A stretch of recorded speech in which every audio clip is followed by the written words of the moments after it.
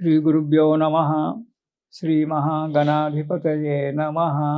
ఇక మనము జనవరి నెలలో తులారాశి వారికి కనుక మనం చూసుకున్నట్టయితే, ఈ రాశి వారికి ఈ నెలలో మనోవిచారం అధికంగా ఉంటుంది. కుటుంబంలో కలహాలు ఏర్పడడానికి ఆస్కారం ఉంది. కార్యము విఘ్నం జరగడానికి ఆస్కారం ఉంది. చేసే ప్రయాణాలలో ఆటంకాలు ఏర్పడేటువంటి ఒక సమస్య కూడా కనబడుతూ ఉంటుంది.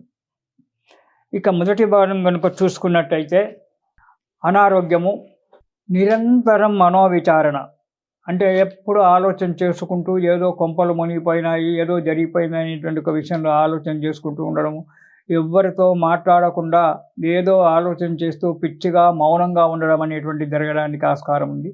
వృధా ప్రయాణాలు జరుగుతూ ఉంటాయి. ఈ ప్రయాణాలలో ఆటంకాలు కూడా ఏర్పడడానికి ఆస్కారం ఉంది మొదటి వారం.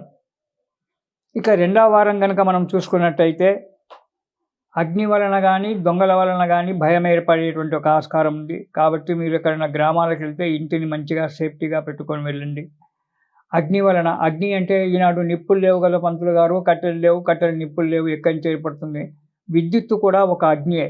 దానివల్ల కూడా మనకు కష్టం ఏర్పడవచ్చు.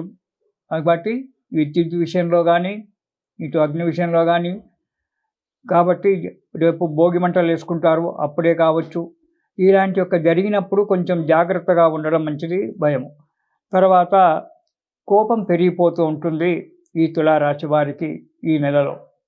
ఆ కోపాన్ని అదుపులో ఉంచుకోవడం చాలా మంచిది. ఈ కోపం పెరగడం వల్ల హద్దుమీరి ప్రవర్తిస్తారు. ఎప్పుడైతే మనము హద్దుమీరి ప్రవర్తిస్తామో దానివల్ల చెడు రావడం అనేటువంటిది తొందరగా జరుగుతుంది. దానివల్ల 10 మందిలో మాట పోతుంది, చెడ్డ పేరు వస్తుంది, అనుకున్న కార్యక్రమాలకు ఆటంకం ఏర్పడుతుంది. కాబట్టి కోపం పెరిగినా కోపాన్ని అదుపులో ఉంచుకొని హద్దుమీరి ప్రవర్తించకపోవడం చాలా మంచిది రెండవ వారంలో ఈ తులారాశి వారు. ఇక మూడవ వారం కనుక చూసుకున్నట్టయితే, ప్రయత్న కార్యసిద్ధి. ఏదైతే కార్యక్రమాన్ని చెయ్యాలి అని చెప్పి అనుకుంటున్నారో, మనసులో సంకల్పం చేసుకున్నారో, ఆ కార్యక్రమాన్ని నెరవేరడం అనేటువంటిది జరుగుతూ ఉంటుంది. కానీ మనోవిచారమే ఉంటుంది ఎప్పుడు కూడా.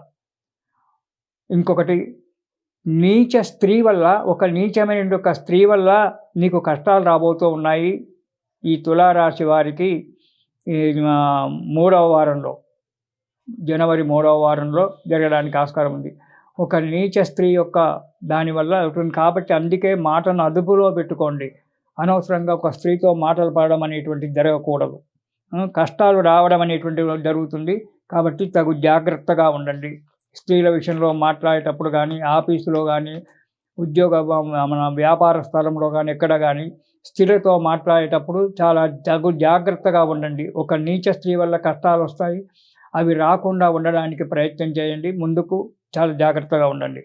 ఇక 4వ వారం కనుక చూసినట్టయితే, మీ యొక్క బుద్ధి బలాన్ని ఉపయోగించి కొన్ని పనులు నెరవేర్చుకోవడానికి ఆస్కారం ఉంది. కాబట్టి ముందుగానే జాగ్రత్తగా ఉంటే అప్పుడు తర్వాత కష్టపడడం అనేటువంటిది ఉండదు. కాబట్టి ముందు జాగ్రత్తగా ఉండండి. 4వ వారంలో మీ యొక్క బుద్ధి బలాన్ని ఉపయోగించి పనులు నెరవేర్చుకోవడానికి ఆలోచించడం జరుగుతూ ఉంటుంది. కానులుతాయి. శత్రువులపై జయం కలుగుతుంది 4వ వారంలో. ధనలాభము, పశులాభము రెండు కూడా పొందడానికి ఆస్కారం ఉంది తులారాశి వారికి జనవరి 4వ వారంలో. కాబట్టి ఇలాంటి యొక్క సంఘటనలు జరుగుతూ ఉన్నాయి కదా, దీనికి ఏం చేయాలి అంటే, ఈ తులారాశి వారు ఈ నెల రోజులు గురుచరిత్ర పారాయణం చేయండి. గురుచరిత్ర కనుక పారాయణం చేసినట్టయితే ఆ దత్తుని యొక్క అనుగ్రహం వల్ల ఈ కష్టాల నుంచి గట్టెక్కడానికి ఆస్కారం ఏర్పడుతుంది.